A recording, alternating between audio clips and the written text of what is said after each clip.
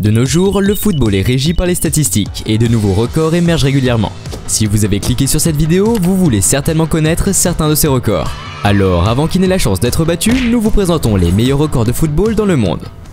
Commençons par le footballeur le plus grand du monde, Christophe Van Hout, qui joue pour l'OM LSK en Belgique.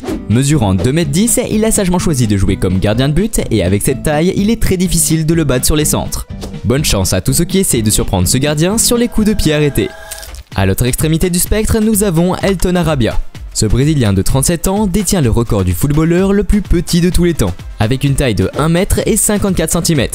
Il a joué pour Al Nasser, le club où joue Ronaldo de nos jours. Actuellement retraité du football, Elton occupait le poste de milieu offensif. Spoiler, le jeu aérien n'était pas sa spécialité.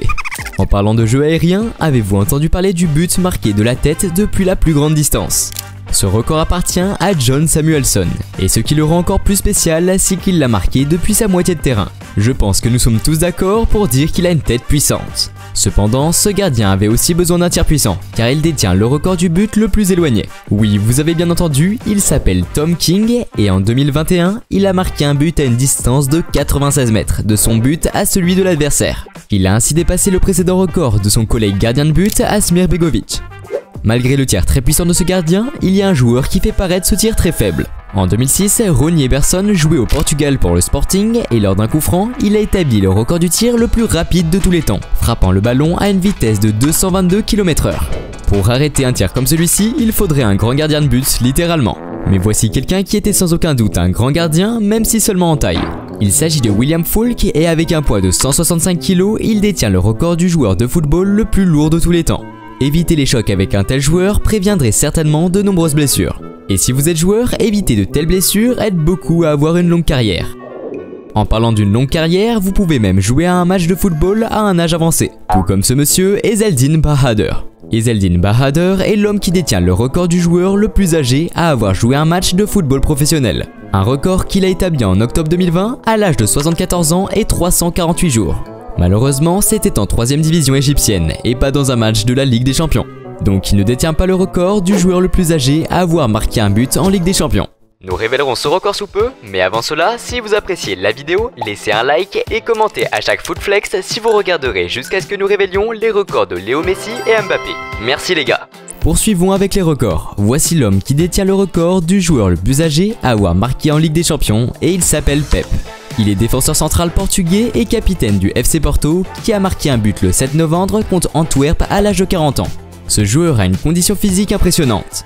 Et maintenant, nous allons vous révéler le record du triplé le plus rapide de l'histoire, bien que nous sommes presque sûrs que c'est la première fois que vous entendez ce nom, car le record du triplé le plus rapide appartient à Tommy Ross et a été établi en 1964. Tommy a marqué ses 3 buts en 90 secondes. Soyons réalistes, il est probablement impossible de battre ce record, compte tenu de la difficulté à marquer des triplés de nos jours grâce à la qualité des défenseurs. Mention spéciale à Openda qui a réalisé le triplé le plus rapide en Ligue 1 en seulement 4 minutes et 31 secondes lorsqu'il jouait pour Lens face à Clermont en 2023.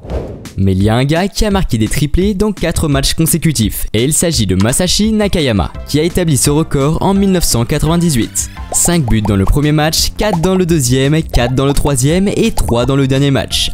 Maintenant, parlons de la plus longue séance de tir au but de l'histoire. Ce record a été établi en 2022 lors d'un match entre les équipes anglaises de Washington et Bellington qui ne font pas partie de la ligue principale. Cette séance de tir au but s'est terminée sur le score de 25-24 avec un total de 54 pénalités tirées.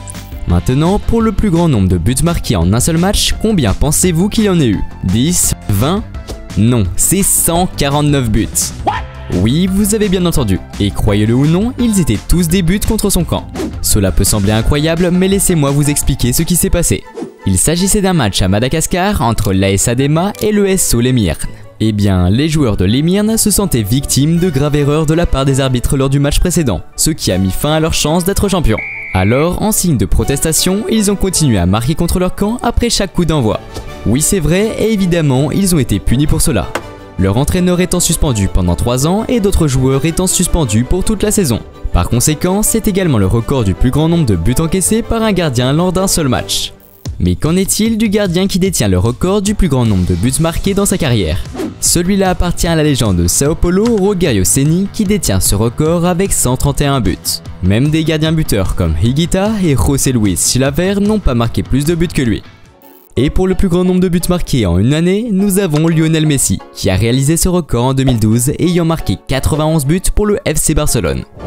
Maintenant, si vous pensez que les joueurs étaient fous de marquer 149 buts contre leur camp, attendez d'entendre parler de l'arbitre qui a exclu les deux équipes au cours d'un match. Lors d'un match en 2011 entre les équipes argentines Claypole et Arenas, les deux équipes ont été impliquées dans une bagarre très laide. Et en réponse, l'arbitre Damian Rubino a expulsé tous les joueurs des deux équipes, et même certains membres du personnel d'encadrement, totalisant 36 cartons rouges ce jour-là.